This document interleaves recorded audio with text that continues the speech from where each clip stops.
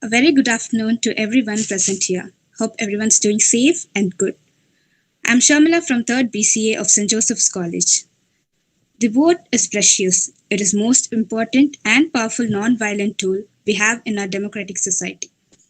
It is not enough to just want a change. We have to go and vote. Today, we NSS Unit 2 from St. Joseph's College are in collaboration with New Horizon College of Degree College are here to gain awareness of voting. Now, I request Chandini to present the welcome speech.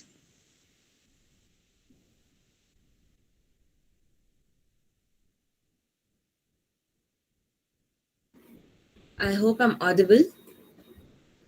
Okay. Good afternoon, everyone. I am Chandini, female secretary of NSS. It is a great esteem for me to address the gathering with a welcoming speech for this webinar program of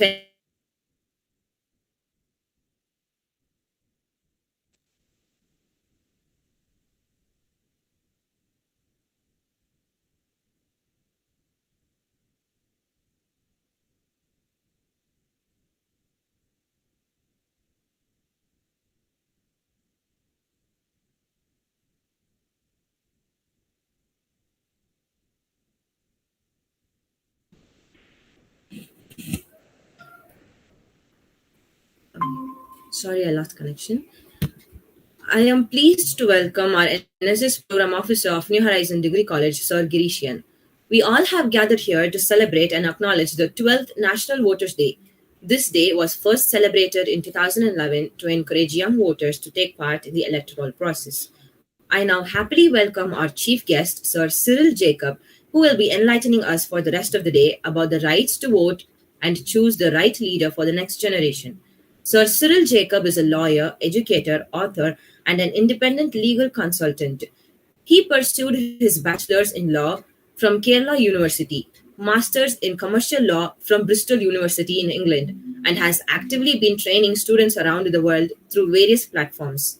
He holds a qualification in cyber laws from Asian School of Cyber Laws and GLC Mumbai.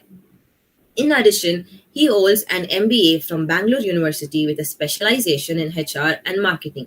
He has trained students from over 15 countries and is an avid reader and traveler.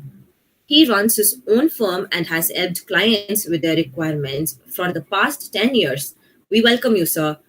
I also welcome all the volunteers who have gathered here to make this session successful. I also welcome the committee members of NSS from both the colleges. Welcome all and thank you.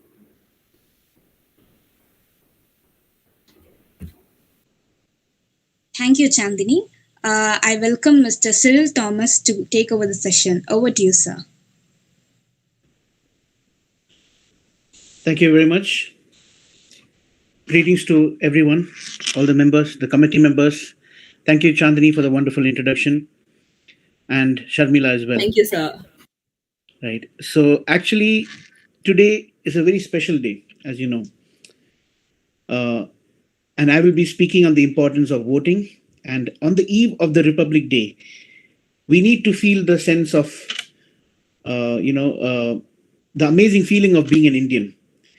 But this feeling should not be taken for granted. Most of us, we tend to feel patriotic only on the eve of a Republic Day or on the eve of an Independence Day or on such auspicious moments. But that should not be the case, right? So I'm sure we all are young and we have a lot of energy in us to make sure we exercise our constitutional right of voting.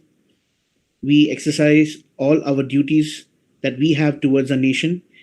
So not giving much importance to voting is not the right thing to do at the moment, right? So I'll be sharing my presentation. Kindly let me know if it is visible. I hope all of you can see me and as well as the presentation, right? Can I get a yes, please? Yes, sir. All right. So moving on to the introductory slide. As you all know, we had a host of freedom fighters that really struggled to ensure that we Indians have our freedom. And also, Sir? yes. I'm sorry to interrupt. The screen isn't shared yet. Okay, I'm actually sharing the screen. Like the PPT one. Yes, the PPT one, I'm sharing it, right? It is not visible, sir. It is not visible. Yeah, it is now. Now, is it visible? Yes, sir. Yes, sir. Can you see my screen now? Yes, sir. Okay, but I cannot see the PPT myself. Can you see it now? Yes, sir. We are able to see it. Yes, able to see the PDF right now? Now it isn't, sir. I don't know what is the issue. Yeah. It's fine now, sir. All right. No, somebody else also can confirm, not just one person. All right. So getting back. So what I was saying was a lot of our Indians in the history have sacrificed so much for winning the freedom for us. And they also wanted to ensure that we have the right to vote. And it is thanks to them that today we enjoy this voting rights. So exercising our right to vote, it happens to uphold what really our freedom fighters envisioned for India. So how do we honor them? How do we respect them? Or how do we exercise our constitutional right of voting? It is by taking part in it. Now, as a democratic nation, India is founded on the bedrock of elections. Our parliament, legislatures, even at the local level, panchayat level, they're of the people, by the people, and for the people. In fact, this term of the people, by the people, and for the people was coined by Abraham Lincoln when he was thinking about democracy. And voting is such an important constitutional right that we are indeed privileged to have it. The reason I say so is because there are many nations that run on dictatorship where voting rights have been trampled upon. Now, we often take it for granted, but this is a right whereby we have the opportunity to choose a particular leader who we want, and we have the right to make or initiate change. So every vote counts. When I was a student, I was around 18. That time I used to think, if there are so many people in India, over 1 billion people in India, does my vote really matter? This is a thought that I'm sure has crossed many of our minds. But if we are supposed to have a positive attitude, we cannot bear the particular notion that my vote doesn't make a difference. Because ultimately, we have to consider the long-term impact. Okay, so the responsibility for voting, it lies with every individual, every citizen of India. So we should avoid the national attitude, or we should avoid the particular notion that, my vote is not going to make any difference. In fact, there is a famous comedian, George Carlin. Now, he's an American comedian, but although he was a very vocal social person, he was very active in social circles. He was an activist. So there used to be a time when comedy was just not about, cracking some obscene jokes, but they used to really talk about the social problems. So he has won the Emmy Award for many times for his programs. Okay, so what he says is that I don't take part in voting because my vote doesn't make a difference. People who vote people, they should be held responsible for the situation of our country. Now, what this is giving, or what this breeds, is just irresponsibility. So let us not think like such individuals. Now, how do elections work? So, in order to be convinced to vote, we should know how the elections function. Now, we have a asymmetric federal government, and officials are elected from the local levels to state levels and then ultimately federal level, or we say it as central level. Now, I'm sure all of you are well aware of the two houses of parliament, the Lok Sabha, the Rajya Sabha. Right? So the lower house of the Indian parliament is also called House of the People, because there are so many constituencies in each state. Right? Over hundreds of constituencies are there. And members of the Lok Sabha are elected through general elections, and we make them responsible. We give them the position that they should be grateful for. So it takes place every 5 years, right? The last time it took place was 2019. And there are two members of Lok Sabha who will actually be nominated by the President of India. Currently, we have around 545 members. Two members represent the Anglo-Indian community. Okay, it's a minority community. While the remaining 543 are elected for 5-year terms. Then we have the Rajya Sabha, which is the upper house of the Indian Parliament, or it's also called the Council of States. Now, we have borrowed the parliamentary system from UK, right?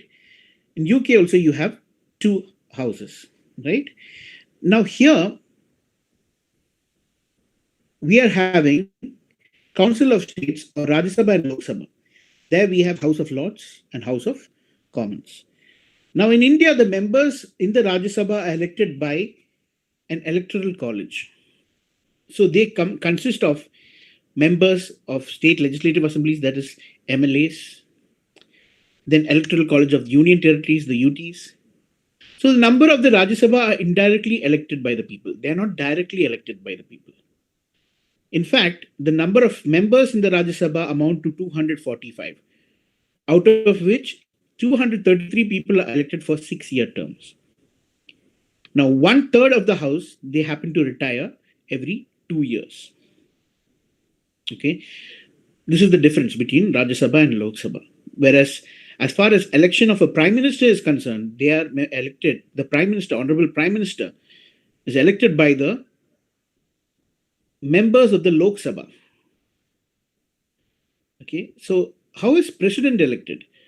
Now, the president of India is elected for a 5-year by an electoral college, and this consists of members of the state legislatures as well as the parliament, the federal legislature. Right?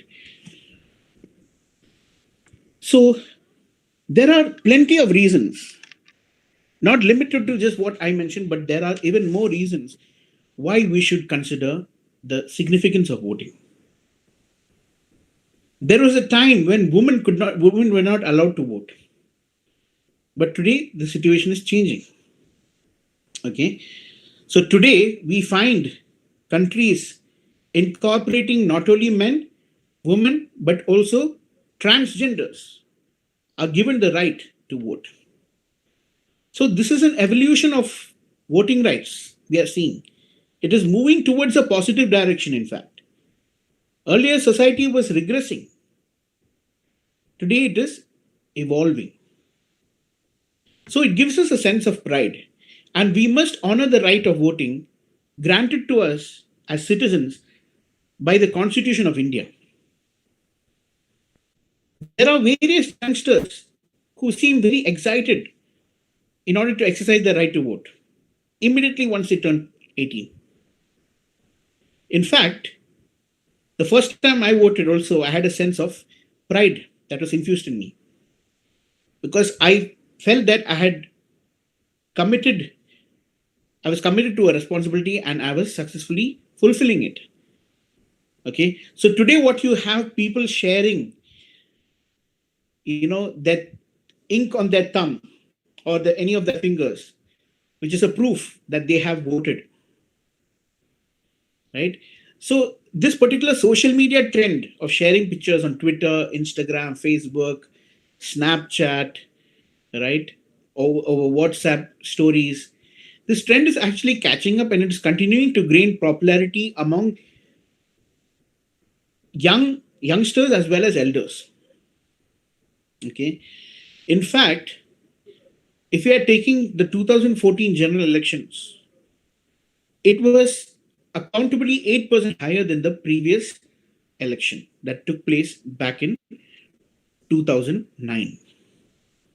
In fact, in 2019, the voter turnout in the Lok Sabha election itself was 67%.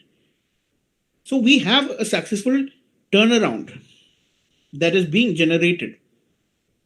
And the vote share continues to increase till date in many state elections. Moreover, if you want to register as an online voter, it is more easier than ever before. There is a portal, which is called the NVSP. We'll be getting onto that sooner. Right? Now, with this increasing number of voter turnaround, what happens is we are going towards the golden mark of achieving an 80% or 90% of a voter turnout. So it's a privilege to vote. Like I mentioned earlier, there are so many countries globally that do not offer the freedom to its citizens to vote. So ultimately, the people who are governed, they have no influence whatsoever on the running of the country. So voting is a responsibility, it is a privilege that our predecessors battled for decades. Something that they fought with against so many odds, against so many obstacles. So it should not be taken for granted. We should begin to appreciate it and use the opportunity to the fullest. So we have the Election Commission of India, the ECI. It has initiated various measures for promoting awareness of the voter. And taking into account this need, the people are trying to understand the significance of voting throughout the country. Okay, so thanks to the efforts of the ECI, we have a significant voter base that is coming out and trying to fulfill their voting responsibilities. Now, you have a choice. Exercise it wisely. Today in metropolitan areas, what's a metropolitan area? At least a particular city that has 10 million people in population, right? That becomes a metropolitan city. So workers from these areas, what they find is it's a day of relaxation. Okay, they tend to sometimes miss the vote also. They think that, so what if I'm not voting? Somebody else will be voting. Let them take the baton forward. This is, like I mentioned earlier, a very wrong attitude to possess. Certainly, it may not have any negative repercussions immediately that can be visible, but in the long run, we will be having devastating impact or consequences. There will be a devastating consequence or impact. So it is high time we gather to stress on the importance of, voting. Next point here is the choice of leadership. So elections provide a suitable mechanism for the citizens of India to actually choose their leaders. We can cast our vote in favor of the candidate or the party that we actually want to be in leading us. So here what is happening is the will of the people is reflected. The will of each and every citizen, the choice of a person is being respected and reflected. If you want to change leadership, you can do so. How can you do it? Only through voting. So vote. In fact, America has been seeing this trend of postal voting because of COVID. And they were having so much merchandise that people need to come up and vote, right?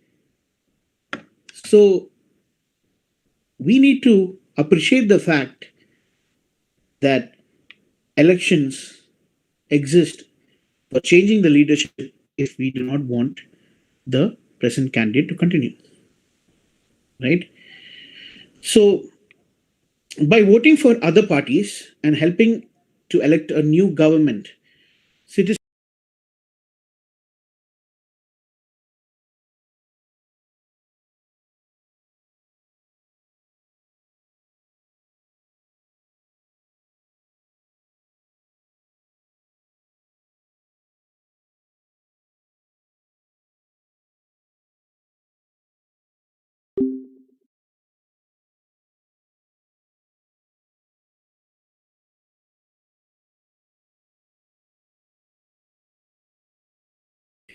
they were not satisfied with the agenda of the major political parties in India. So they formed their own political party. And they have been pretty successful, right? The last pointer on this slide is the self-corrective system. Since elections are a regular exercise that takes place every 5 years, what you have is a check and balance that's kept in place. Okay, this works like a self-corrective measure is what is mentioned here. So once a party is actually voted out, they will know where they went wrong.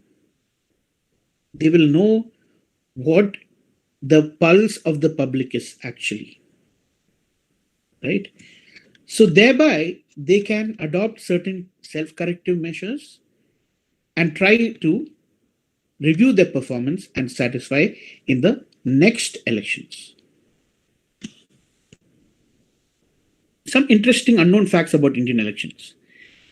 In fact, there is only one authorized company in India which makes the ink that is used to mark your finger after you exercise your voting rights. Okay, so it's called Mysore Paints and Varnishes Private Limited. It's a kind of an acid. Okay, you cannot take it off very easily. Okay, so it's a special coating manufactured by Mysore Paints and Varnishes Private Limited. The next one, EVM. EVM has revolutionized elections in India. Okay, earlier we had postal ballots, paper ballots, right? And today we have the electronic voting machines, EVM. So a lot of paper was getting wasted through paper ballots. And what EVM has been able to do is it has saved over 10,000 tons approximately of paper. Everything is digital. So a 6-volt alkaline battery is used to run the electronic voting machine. And even if there are no, rural India, right? I don't know how many of you have seen the movie Newton. There is a kind of a civil servant who has to ensure that there is a voting officer who has to ensure that elections have to take place in a kind of a, Naxal area. Okay. So here we are having these machines, even with localities or regions with ultimately no power connections. Okay. In fact,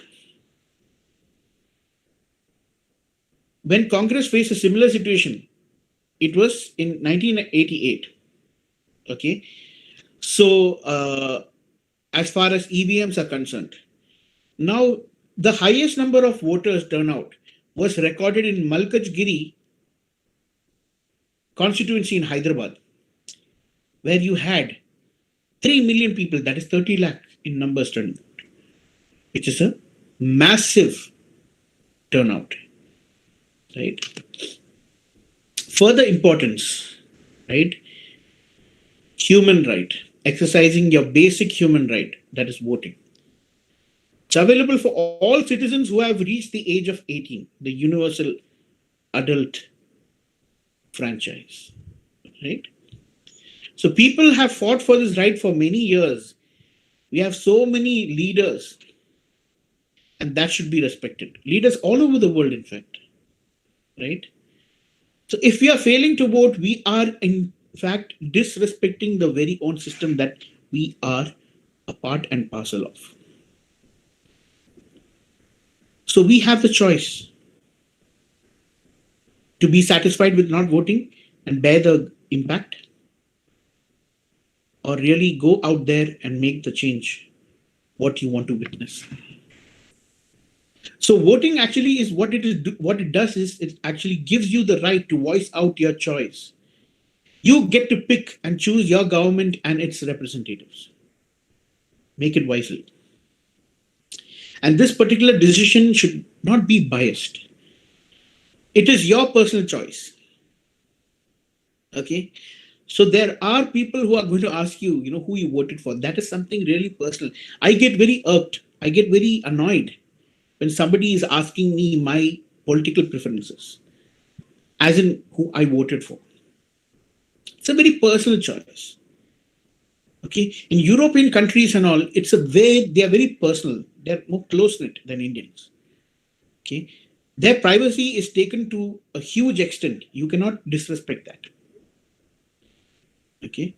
So rather than looking at the short-term advantages, the long-term perspective should be looked at before you make the choice to vote. So you should prefer the best, make the best choice, which is right